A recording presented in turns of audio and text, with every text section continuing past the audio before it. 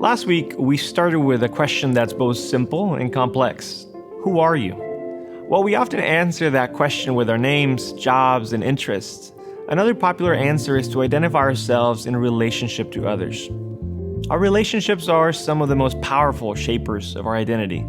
From superficial things like our taste in music and trends to deeper things like our values and behaviors, the people we interact with affect who we are and what we think. God created us to be relational creatures, so it makes sense that our communities are so influential to who we are.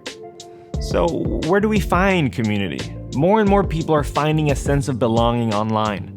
And even though these communities are taking place virtually instead of face-to-face, they're having an incredible impact on us.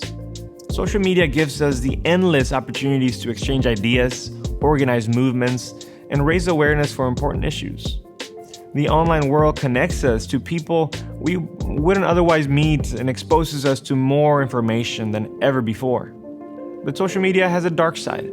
While it provides a greater quantity of ideas and people to connect with, the quality of those connections can't compare to genuine real-world relationships. Online relationships are limited. Everyone's image is filtered to show their online friends exactly what they want to see. But in the real world, you see a person on their best and their worst days. Online, we can hide our weaknesses. Embarrassing moments can be edited. Secrets are easier to keep, and appearances are more manageable.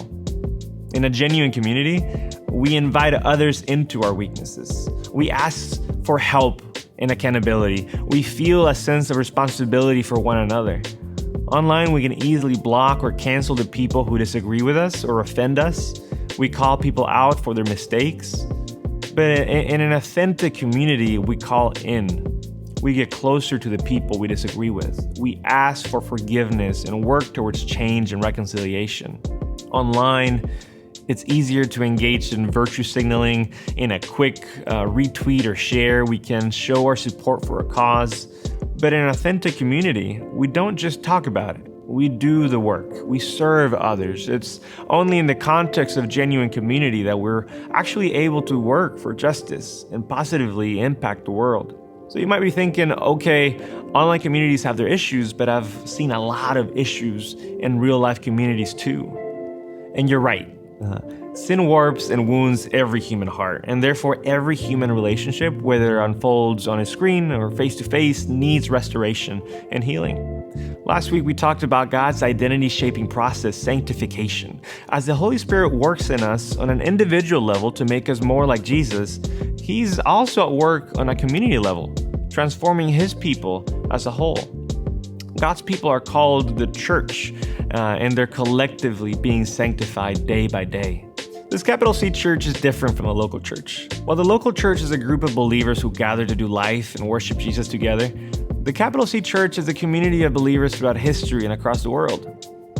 When you choose to follow Jesus, you join the most diverse, multicultural community that's ever existed.